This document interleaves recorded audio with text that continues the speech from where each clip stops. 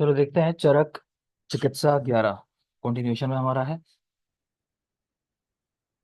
तो कल आपकी क्लास थोड़ी सी कम रह गई थी, तो उसको पूरा कर लेते हैं। समझ लें यहाँ पे वो पार्ट अपना कंपनसेट कर लेते हैं।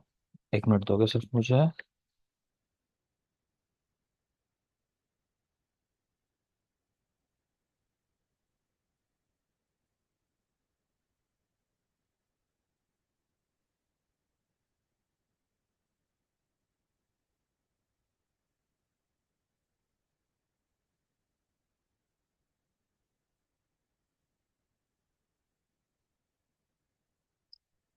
तो बेटा चरक चिकित्सा 11 जल्दी से देखते हैं जो बातें हो गई थी, फिर आगे बढ़ते हैं हम लोग। तो अष्टांग संग्रह ने सद्या शत में लाक्षा बताया और शय शत के अंदर नाग बोला। क्षीण की अगर उपेक्षा करते हो तो राज्यक्षमा हो सकता है उसकी वजह से। यहाँ एक अपनी ट्रिक देख पा रहे हो, निदानार्थ का रोग है ये। हम इस तरह याद रखते हैं, प्रतीक का कक्षा पर राज, तो प्रतीक मतलब प्रतिशय से कास हो सकता है, कक्षा मतलब कास से क्षय हो सकता है, और राज का मतलब है क्षय से राज्यक्षमा हो सकता है। ठीक है, तो प्रतीक का कक्षा पर राज। नेक्स्ट बात करते हैं पूर्व रूप की। तो पूर्व रूप दो व्याधि के अव्यक्त होते हैं, वात व्याधि और चक्षीण। कुछ लोग पहचानना होता है। तो वात व्याधि में आप देख पा रहे हो तेषाम शब्द आया है पूर्व रूप में, अव्यक्तम लक्षणम तेषाम। और यहाँ चक्षीण में देख पा रहे हो तस्याम करके वर्ड आता है, अव्यक्तम लक्षणम तस्याम। तो यहाँ से आपसे कहा था आइडेंटिफाई करना। निदान की बात करें तो सारे ऐसे निदान जिनसे इंजरी हो सकती है, तो वृषम हयम सह धावंतम, उनके साथ दौड़ना, बड़ी नदी को तैर के पार करना, है ना, मैथुन में अधिक आसक्त रहना। आपको यही बताया था कि उरुस्तम रोग के अंदर व्याधि और हेतु दोनों की विपरीत चिकित्सा है कि शीतल जल में तैरने का व्यायाम बताया गया है। ठीक है, उभय विपरीतार्थकारी चिकित्सा उसको बोलते हैं, तो वो भी याद रखोगे। मेन लक्षण देखोगे अगर इस रोग का, तो उरोरुक, शोणित, छर्दी और कास। तो उरा प्रदेश में रुजा होना, रक्त का वमन होना और कास होना। ठीक है, तो ये लक्षण है। प्लस सरक मूत्रत्वम पार्श्व पृष्ठ कटिग्रह। ठीक है, तो रक्त के साथ मूत्र त्याग करना, पार्श्व पृष्ठ कटिग्रह यानी वहां जकड़ाहट जैसा होना। तो ये दूसरी चीज है जो आपको याद रखनी है, यहीं पर याद रखोगे। ये तो सामान्य लक्षण हो गए शतक्षीण के। कई लोग इसको इस तरह भी करते हैं कि पहली जो लाइन है ये उरोरुक, शोणित, छर्दी और कास, ये शत की है। और सेकंड जो लाइन है कि जब मूत्र में रक्त आने लगता है, पार्श्व पृष्ठ कटिगिरह हो जाता है, ये क्षीण का लक्षण है। चाहो तो इनको अलग अलग करके भी याद रख लेना। ठीक है, एग्जाम में ऐसा भी पूछ चुका है क्वेश्चन, सारक मूत्रत्व किसका लक्षण है, तो क्षीण का है ये, स्पेशली इसको फोकस करना। साध्यता पे आ जाओ। यहाँ मेन बात यह है कि 1 वर्ष पुराना होने पर रोग जनरली असाध्य हो जाते हैं, लेकिन यहाँ ऐसा नहीं है। 1 वर्ष पुराना होने पर ये रोग माफ करें याप्य है। ठीक है, उसके पहले देख रहे हो साध्य है और बाद में असाध्य है कंडीशन। यही कुछ और रोग के बारे में लिखा है, अर्धित फेशियल पैल्सी जिसको बोलते हैं, वो 3 वर्ष पुराना होने पर असाध्य हो जाती है कंडीशन। उन्माद की बात कर लें तो 13 वर्ष पुराना उन्माद असाध्य होता है। चिकित्सा पे आ जाओ, लाक्षा तो मेन चीज है ही जो इंजरी में देनी है। उसके साथ कह रहे हैं मधु और दुग्ध का प्रयोग करना है। अगला पॉइंट काफी जरूरी कि अगर रुजा हो रही हो शतक्षीण के पेशेंट को, तब क्या देना है। देखो, रुजा के लिए आयुर्वेद में पुराना जो कॉन्सेप्ट था वो सुरा का ही है। ठीक है, सुरा कल्पना का ही है। सुरा लेके पेन नहीं होता है। हम याद भी करते हैं कि एनेस्थीसिया डे कब सेलिब्रेट किया जाता है, तो 16 अक्टूबर। ठीक है, तो 16 अक्टूबर को पहली बार एनेस्थीसिया का प्रयोग हुआ था। एग्जैक्ट में डेट ईयर रिकॉल नहीं कर पा रहा, लेकिन आप याद रखो 16 अक्टूबर को वर्ल्ड एनेस्थीसिया डे मनाया जाता है ना। उसके पहले सुरा का ही यूज होता था। प्लस लाख से चूर्ण तो देंगे ही देंगे, क्योंकि इंजरी तो है ही। इसी चैप्टर के अंदर नागबला कल्प का उल्लेख देखते हो आप। तो नागबला आधा कर्ष से शुरू करते हैं हम लोग, और 1 पल तक जो मात्रा है मैक्सिमम इसकी जाती है। दुग्ध के साथ सेवन करना है इसको, 1 मास तक सेवन करना है। यही लिखना चाहो, कल्प का सामान्यतः प्रयोग कितने समय का होता है, तो 40 दिन, 40 डेज। अगर भूल जाओ तो इस तरह याद रख लो कि लोग अक्सर जब तीर्थ स्थान जाते हैं कहीं, खासकर जैसा देखा होगा बालाजी जाते हैं, इस तरह की जगहों पर जाते हैं, तो 40 दिन का एक मेन टाइम होता है जिस पीरियड में आप बहुत सारे नियम फॉलो करते हो। तो उस तरह भी याद रख सकते हो कि कल्प का सामान्य जो समय है वो 40 दिन का है। शतशीर्ण में यक्ष्मा की, कास की और रक्तपित्त की भी चिकित्सा करते हैं, क्योंकि ये लक्षण भी आपको कहीं ना कहीं देखने को इसमें मिल जाते हैं। अब मेन आ जाते हैं चिकित्सा के ऊपर। चलो, तो चिकित्सा सूत्र में तो इसका कुछ है नहीं ऐसा एज सच। पॉइंट्स देख लोगे, एलादी गुटिका देख पा रहे हो, ध्यान आ रहा होगा आपको, रक्तपित्त में मैंने पीछे आपको पढ़ाई थी। ठीक है, लेकिन चरक ने जो दी है वो कहाँ दी है, शतशीर्ण के अंदर, अनुपान इसका मधु है। तो मेन बात यही याद रखेंगे कि एलादी गुटिका शतशीर्ण में है, बाकी रक्तपित्त में भी हम लोग पढ़ते हैं। बल्कि नीचे रेफरेंस देख भी पा रहे हो आप कि चक्रपाणी भैंस रत्नावली रक्तपित्त में बताया इसको। नागवाला कल्प की बात हो गई। कल्प भी दो प्रकार के होते हैं बेटा, सा अन और निरान, यानी अन्न के साथ और बिना अन्न के। इसमें 2-3 क्वेश्चन बनते हैं इस तरह के। एक बनता है कि शारंगधर का पांचवा जो औसत काल है वो सान है या निरान है? तो आपको ध्यान होगा, जरा बता देना कमेंट्स के अंदर कि सा अन है या निर अन है। ठीक है। शारंगधर के औसत काल 5 है, लिखा है यहाँ, बाकी देख लो। सुश्रुत के अनुसार ये क्वेश्चन भी आ चुका है कि रोगी व्यक्ति को कितनी बार भोजन करना चाहिए, तो दिन में एक बार करना चाहिए। स्वस्थ व्यक्ति को दिन में 2 बार भोजन करने के लिए कहा गया है। ठीक है ना। आगे चलते हैं, चलो वापस।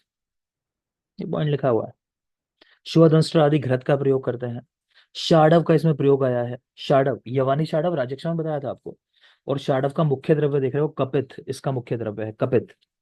अमृत प्राश घृत एक देख पा रहे हो, तो वो पुत्र देने वाला भी है, सक्षीण में तो यूज करते ही हैं। ठीक है। बाकी संतान देने वाला भी है अमृत प्राश घृत। यहाँ देखिए 4 सर्पी गुण आए हैं इस चैप्टर के अंदर, और ये जरूरी बात है कि इनमें गुण नहीं है। 4 सर्पी गुण हैं और इनमें गुण का उल्लेख नहीं है।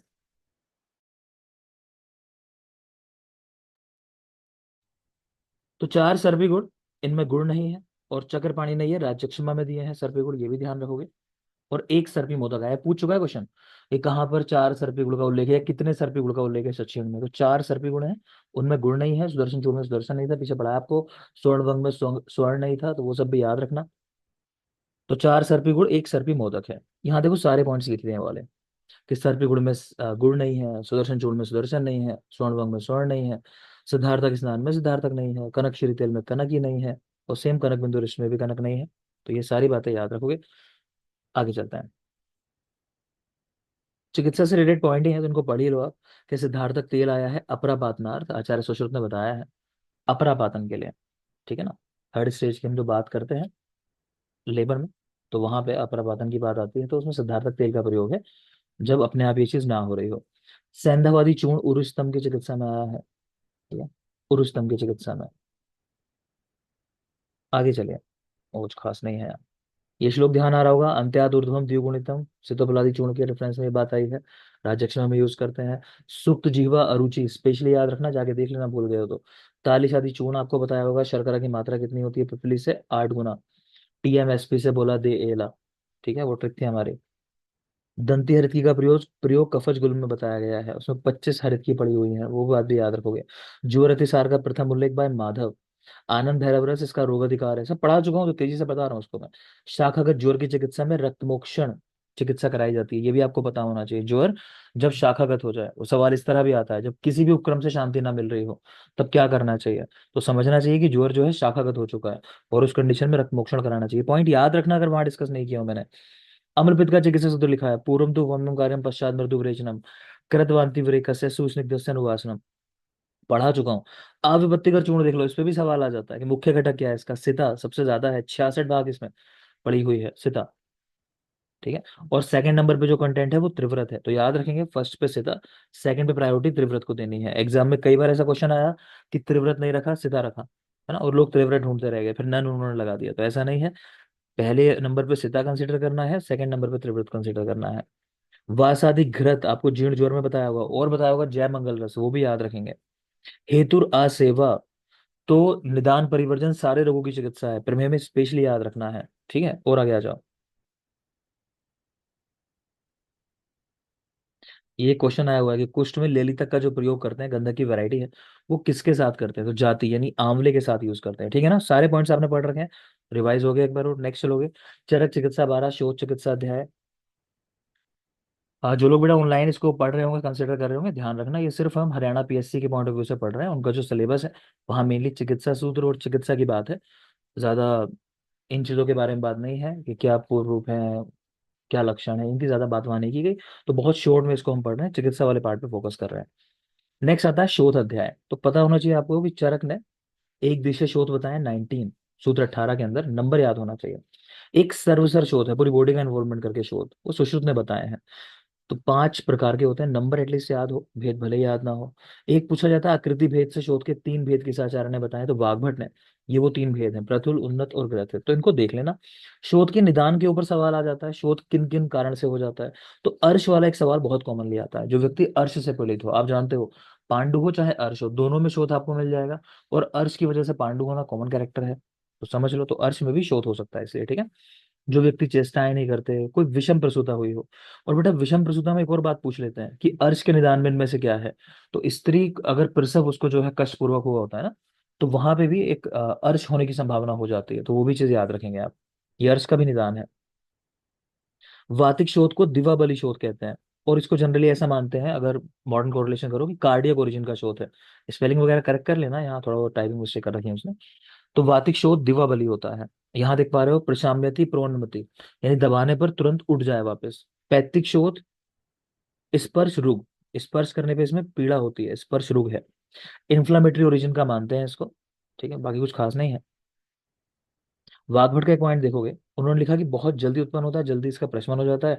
और ये जरूरी बात है, पहले मिडिल बॉडी से स्टार्ट होता है। इस पे सवाल पूछते हैं कि मध्य शरीर से स्टार्ट होने वाला शोथ कौन सा है, तो आपको याद रखना है पैतृक शोथ, इसके लिए ऐसा कहा गया है। ठीक। नेक्स्ट आ जाओ कफज शोथ, उसमें शुरू में एक एग्जाम्पल दे दिया, नेफ्रोटिक सिंड्रोम। बच्चों में जानते होगे कि बच्चों के जन्म के समय कई बार ये समस्याएं जन्म से बच्चों को मिलती हैं कि किडनी प्रॉपर फंक्शन, उसमें यूज लगता है, छन के है ना, प्रोटीन जब कम होगा तो स्वेलिंग हो जाएगी। तो बच्चों में बहुत कॉमनली चीज मिल जाती है। ठीक है ना। तो ये इसमें चिकित्साओं में पूछ लेते हैं क्या यूज करते हैं, तो मेनली स्टेरॉइड्स के ऊपर रखा जाता है, प्रेडनिसोलोन, उस पे मेनली रखते हैं इसको। तो ध्यान रखेंगे। प्लस ये उदाहरण है कफत शोथ का। ठीक है, नेफ्रोटिक सिंड्रोम। कफत शोथ है तो मुश्किल से ये आप जब प्रेस करोगे बोनी प्रोमिनेंस के अगेन, तो मुश्किल से वो आपको पिट दिखाई देगा, गड्ढा दिखाई देगा, और देर में ही वापस वो आएगा। तो ये कफ का कॉमन कैरेक्टर है, आप समझ सकते हो। नेक्स्ट आ जाओगे, रात्रि बलि शोथ इसको कहा जाता है। तो पूछेगा दिवा बलि शोथ कौन सा है, दिन में कौन सा ज्यादा बलवान होता है। तो दिन वाला वातिक शोथ है, और रात्रि बलि ये कफत शोथ है, बिल्कुल याद रखना। तो रीनल और न्यूट्रिशनल ओरिजिन के साथ इसको रिलेट करते हैं, रीनल और न्यूट्रिशनल ओरिजिन। यहाँ कुछ शब्द देख रहे हो, अभी पिछले चैप्टर में भी बात हुई थी। सप्तक बल शब्द राजक्षमा के साथ जुड़ा है, सप्तक गण कृमि के साथ, सप्त द्रव्य कुष्ठ के साथ, सप्त धातु विसर्प के साथ, और सप्त को अयम शोथ के उपद्रव चरक के अनुसार। ठीक है, सुश्रुत की अगर बात करें, उन्होंने 9 उपद्रव कहे हैं इसके, अगर नहीं पता आपको। कौन कौन से ऐड कर दिए उन्होंने? कास और हिक्का, कास और हिक्का। ठीक है, यहाँ सिर्फ श्वास मिलेगा आपको चरक में, अगर देखोगे 7 उपद्रव के अंदर श्वास का सिक्का एक साथ पढ़ते हैं ना, तो वहां सिर्फ श्वास मिलेगा, और सुश्रुत में आपको कास और हिक्का भी ऐड होता हुआ मिलेगा। चिकित्सा पे आ जाते हैं। आपको गुल्म में एक चिकित्सा बताई थी, सन्निपातिक गुल्म की। ठीक है, व्यामिश्र दोषे व्यामिश्र एष एव क्रियाक्रम, कि मिश्रित रूप से दोष होते हैं वहां पे, तो चिकित्सा भी मिश्रित प्रकार की करनी चाहिए। यहाँ देख रहे हो आप, निदान दोष ऋतु विपर्य क्रमेर उपाचरेत बल दोष कालविद। इसका मतलब है कि आप व्याधि के निदान देखोगे, दोष देखोगे, ऋतु देखोगे, उनके अनुसार इनके विपरीत चिकित्सा करोगे। जो भी निदान है उसके विपरीत, जो भी दोष है उसके विपरीत, जो भी ऋतु है उसके विपरीत। ठीक है ना। बल दोष कालविद, यानी बल दोष काल इनको जानने वाला व्यक्ति जो है, और निदान दोष और ऋतु के विपरीत चिकित्सा करे। तो यही नहीं, हर जगह ये रूल अप्लाई हो सकता है, लेकिन फिर भी अगर पूछा जाए किस व्याधि के साथ संबंधित है, तो आपको आंसर शोथ लगाना है। यहाँ फिर कुछ जनरल पॉइंट्स लिखे हैं, आपको कई बार बता चुका हूँ कि वात से अगर विबंध हो जाए तो निरुबस्ती का प्रयोग।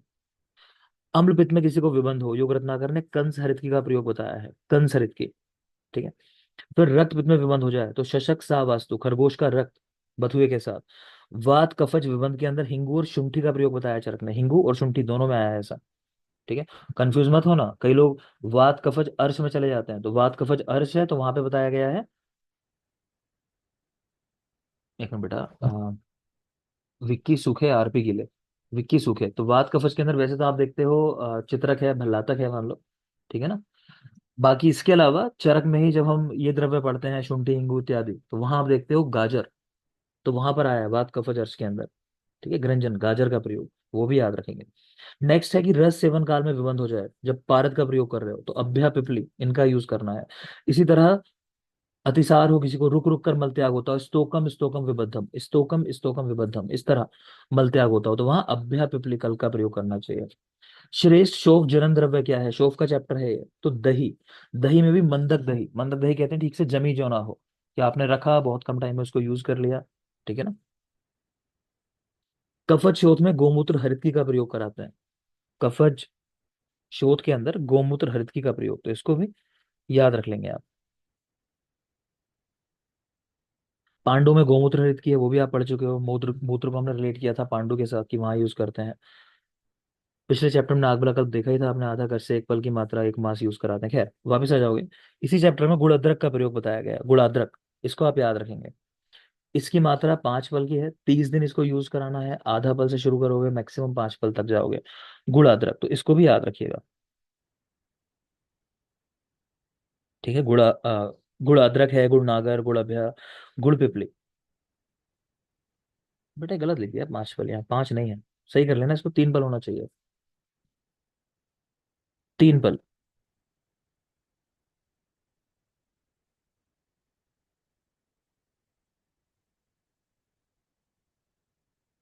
1 मिनट में इसको चेक कर लेता हूँ।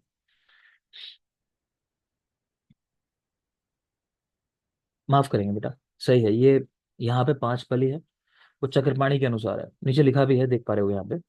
गुणाद्रक, गुड़नागर, गुड़भया, गुड़ पिपली, एक एक कर्स बढ़ाकर 3 पल प्रमाण में 15 या 30 दिन सेवन करें, ठीक है। तो यहाँ 5 पल ही है, आधा पल से 5 पल।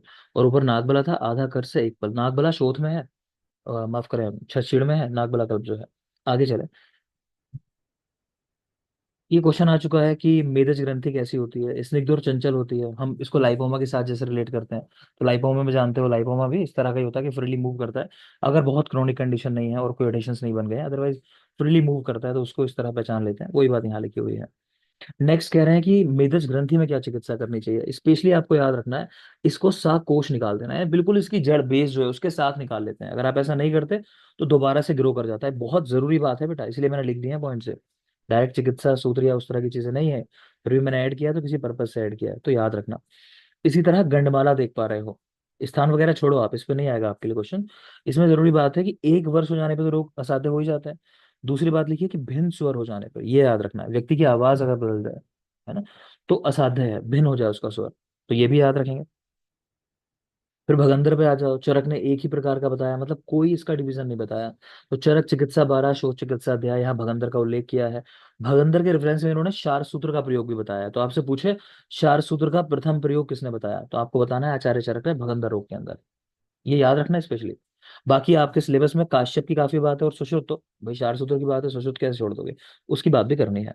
सुश्रुत में देखोगे नाड़ी व्रण, अर्बुद और भगंदर, हम लोग याद रखते हैं कि नारी अब्बू को देखकर भाग गई है ना, स्त्री अपने पिता से डरती है, तो नारी यानी नाड़ी व्रण, अब्बू को देखकर अर्बुद भाग गई मतलब भगंदर। वाग्भट नहीं, ये काश्यप है बेटा, सही कर लेना। काश्यप ने अरिकीलक में न्यूरोफाइब्रोमेटोसिस के अंदर, मॉडर्न कोरिलेशन न्यूरोफाइब्रोमेटोसिस, अरिकीलक में इसका प्रयोग बताया है। अगर चक्रपाणी देखोगे, सुश्रुत जैसे ही लिखे हैं, बस आ से अर्बुद की जगह आ से अर्श कर दिया, देख लो यहाँ पे, नाड़ी व्रण, अर्श और भगंदर, ठीक है। सवाल याद रखना, शार सूत्र का प्रथम उल्लेख तो चरक। पूछे शार सूत्र निर्माण विधि पहली बार किसने बताई, तो चक्रपाणी ने बताई, 11वीं सदी उनका टाइम है। और चक्रपाणी बना दिया हो तो आंसर आपको सदानंद लगाना है। कल बात कर रहे थे हम लोग कि रस तरंगिणी बुक है सदानंद की, 20वीं सदी इनका समय है। और 24 तरंगे हैं, तरंगे यानी अध्याय की संख्या, चैप्टर्स कितने हैं, तो 24 तरंगे हैं। बाकी हमने त्रिमल भट्ट की बात की थी, तो उन्होंने भी तरंगे लिखी हैं, वृद्ध योग तरंगिणी, योग तरंगिणी, वो भी उनकी भी बुक्स हैं। लेकिन ये 24 तरंगों वाली बात जो है, ये सदानंद के साथ जुड़ी हुई है, रस तरंगिणी इनकी बुक है, 20वीं सदी इनका समय है, तो ये आप बिल्कुल याद रख लोगे। ठीक है, आगे देखिए। क्षार सूत्र निर्माण में द्रव्य क्या क्या यूज होते हैं, तो कुछ द्रव्यों के नाम लिखे हैं। स्नोही क्षीर, अपामार्ग क्षार, हरिद्रा खंड का प्रयोग, हरिद्रा खंड का प्रयोग, स्नोही क्षार, अपामार्ग और हरिद्रा खंड याद रखेंगे। नेक्स्ट देख लो, इस चैप्टर के योग की बात कर लेते हैं। इस चैप्टर के योग, और इसको लास्ट रखेंगे इस वाले सेशन में भी। प्लस यही इन्फॉर्मेशन दे देता हूँ कि अगर कोई नए बैच में इंटरेस्टेड हो एआईए पीजीटी के लिए, एआईए पीजीटी है ना, या फिर आपका टारगेट है कोई और एग्जाम भी, स्टेट पीएससी हो या यूपीएससी हो, तो आप कांटेक्ट कर सकते हो। नंबर आपके पास होगा, नहीं है तो उसको लिख लोगे, 9924304547। इसके अलावा भी आपकी कोई समस्या हो पढ़ाई से संबंधित, तो आप व्हाट्सएप मैसेज ड्रॉप कर सकते हो, या क्लासेस लेना चाहो, डेमो लेना चाहो, तो इस नंबर पे आप मैसेज ड्रॉप कर सकते हो। खैर वापस आ जाते हैं हम लोग।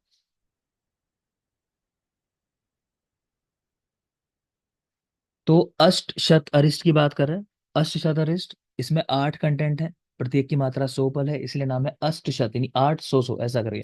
अष्ट शत अरिष्ट, ये द्रव्यों के नाम भी लिखे हुए हैं, मैं नहीं कह रहा आपसे याद करो, मन है एक बार देखना चाहो तो। ट्रिक लिखी है कि गंभीर त्रिफला मर गया गुड़ से द्राक्षा पीकर, भाई त्रिफला पहले ही गंभीर था, फिर उसने गुड़ और द्राक्षा पी लिया, हो सकता है डायबिटीज रहा हो उसको। तो गंभीर यानी गंभारी, त्रिफला मर गया, त्रिफला मरिच, गुड़ से द्राक्षा पीकर, तो गुड़ द्राक्षा, और पीकर यानी पिपली, तो ये हमारे द्रव्य हो गए। यूज कहाँ करते हैं मेनली वो देख लेंगे, वात कफत शोथ और विबंध में इसको बताया गया है। अष्टशत अरिष्ट, वात कफत शोथ और विबंध, बिल्कुल याद रखेंगे। सेकंड योग देख पा रहे हो, गंडीर आद्य अरिष्ट, ध्यान से देखना, गंडीर आद्य अरिष्ट। तो 10 दिन सूर्य और चंद्रमा का इसको प्रकाश दिखाना है। 10 दिन सूर्य और चंद्रमा का प्रकाश दिखाना है इस योग को, जरूरी बात है। आजकल सवाल हम देख रहे हैं ऐसी ऐसी जगहों से उठ के आ रहे हैं। यूज कहाँ करते हैं? अर्श भगंदर आदि व्याधियों में इसको यूज कर रहे हैं। भेषज रत्नावली ने एक गंडीरा रिस्ट का उल्लेख किया है। गंडीरा रिस्ट वो उरु स्तंभ में यूज किया जाता है। उरु स्तंभ ध्यान रखना, गंडीर आद्य रिस्ट, गंडीरा रिस्ट अलग अलग कंडीशन है। गंडीर आद्य रिस्ट वो शोथ में यूज हो रहा है, और गंडीरा रिस्ट उरु स्तंभ के अंदर यूज हो रहा है। 10 दिन सूरज चंद्रमा का प्रकाश, गंडीर आद्य अरिस्ट को। पुनर्नव आद्य अरिस्ट, फलत्रिक आद्य अरिस्ट, इसको त्रिफला आद्य अरिस्ट भी कहते हैं। यहाँ ट्रिक लिखी है इनको याद करने के लिए, अरिस्ट जो इस चैप्टर में आए हैं कि 8 गुंडे पुनः त्रिफला खा गए। 8 से 8 अरिस्ट, गुंडे मतलब गंडीर आद्य अरिस्ट, पुनः से पुनर्नव आद्य अरिस्ट, त्रिफला खा गए फलत्रिक आद्य अरिस्ट या त्रिफला आद्य अरिस्ट, तो याद रखेंगे। शार गुड़िका का उल्लेख आया है, नहीं बहुत जरूरी है आपके लिए, कंटेंट्स देख लेंगे एक बार फिर भी। त्रिफला, त्रिकटु, शारदुय, 4 लवण पड़े हुए हैं इसके अंदर, और लोह भस्म पड़ी हुई है। ठीक है। यही कुछ और शार वाली चीजें दी हैं, कहाँ कहाँ यूज करते हैं, तो ये आप ज्यादा जरूरी मान के याद कर सकते हो। तो शार गुड़िका तो यहाँ शोथ में देखिए, शार घृत और शार गुटिका ग्रहणी रोगों में है। शार तेल की बात करें कर्ण रोगों में। शार तेल, तेल तो कानों में डालते हैं ना, इस तरह याद कर लो, या लिक्विड है तो वही जा सकता है कान के अंदर। शार वटिका इसको उदर रोग में। शार चूर्ण शूल के अंदर, तो शार चूर्ण शूल में, शार वटिका उदर रोग में, शार तेल कर्ण रोग, शार घृत या गुटिका ग्रहणी के अंदर, और शार गुडिका जो है वो यहाँ शोथ के अंदर है। नेक्स्ट आ जाएंगे कंस हरित की। बेटा ये काफी जरूरी है, सवाल आते हैं इसके ऊपर, पूछता है कंस क्यों नाम है इसका? क्योंकि इसमें क्वाद जो है द्रव्यों का वो एक कंस की मात्रा में है। एक कंस यानी एक आढ़क, या फिर 4 प्रस्त, या फिर कह लो 256 तोला। यही याद करना चाहो तो एक पॉइंट बता देता हूँ कि प्रस्त आप देख पा रहे हो 256 तोला के बराबर है 4 प्रस्त, और एक प्रस्त जो होता है वो होता है 64 तोला के बराबर। ठीक है, 64 तोला के, या फिर कह लो 16 पल के बराबर। लेकिन जब हम रक्त मोक्षण की बात करते हैं, हम लोग वमन विरेचन की बात करते हैं, शारंगर के अनुसार वहां पे एक प्रस्त जो आपको कंसिडर करना है वो 13.5 पल के बराबर करना है। ये बात भी याद रखना, बहुत जरूरी बात है। 13.5 पल, अदरवाइज 16 पल ही होता है नॉर्मली। ठीक है। तो कंस हरित की, इसमें कह रहे हैं दोनों पंचमूल पड़े हैं, लघु वृहत पंचमूल। सो हरित की इस्तेमाल हुई है, ये भी याद रखना है, जरूरी बात है ये भी। हर चीज जरूरी है इसके बारे में। द्रव्यों का क्वाद जो है वो एक कंस की मात्रा में है। यहीं पर आप देख पा रहे हो चक्रपाणि ने मांस आशय से आमाशय लिया है, मांस आशय से आमाशय लिया, और कंस हरित की का अर्थ लिया है दशमूल हरित की, क्योंकि दोनों पंचमूल पड़े हुए हैं, दशमूल हो गया वो, तो दशमूल हरित की कहा इसको उन्होंने, तो ये भी देख लेंगे आप। इस योग में 100 हरित की हैं टोटल, कह रहे हैं जो आपको प्रयोग करना है, एक हरित की आप खाओगे और शुक्ति प्रमाण में अवलेह चाटोगे। एक हरित की खानी है और शुक्ति प्रमाण में अवलेह चाटना है, तो याद रखेंगे इस चीज को। यहीं पर अगस्त्य हरित की लिखी हुई है, अगस्त्य हरित की। तो अगस्त्य हरित की में भी 100 हरित की होती हैं, वहां एक की जगह 2 हरित की चाटनी होती है। और यूज कहाँ करते हैं? कास में उसको यूज करते हैं। यही लिखिए दंती हरित की, जो कफज गुल में यूज करते हैं, वहां 25 हरित की पड़ी होती है। एक पल, हाँ एक पल बटा अवलेह होता है, एक होती है हरित की, एक कर लोगे, पल हटा दोगे, तो एक हरित की का सेवन करना होता है वहां पे। एक हरित की यहाँ लेनी है, एक ही कंस हरित की में लेनी है, ठीक है। और अगस्त्य हरित की में 2 लेनी होती है, लेकिन एक पल अवलेह चाटना है इसके अंदर, एक पल अवलेह, ये भी याद रखोगे। फिर एक परस दोष इससे बाहर निकलते हैं, इसको लेने के बाद दंती हरित की को एक परस दोषों का निर्गमन होता है, तो याद रखना। तो बाकी दोनों में 100 हरित की है, दंती हरित की में 25 है। ठीक है। अगस्त्य हृत की 2 खाने को लिखी हुई है, बाकी दोनों एक एक खाने को लिखी हुई है। दंती हृत की में एक पल अवलेह चाटने की बात है, और पीछे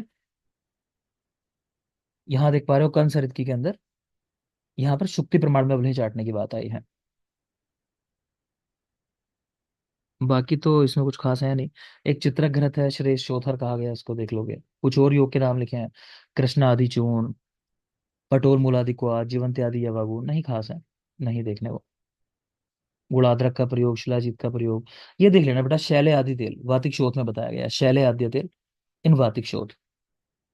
कोकिलाक्ष भस्म, पुनर्नवास, शोथारी रस, पंचामृत रस, क्षेत्रपाल रस। क्षेत्रपाल रस की भावना याद रख लोगे, गोदुग्ध की भावना है, तो पालते क्या है? गाय पालते हैं लोग, तो इस तरह याद कर लो।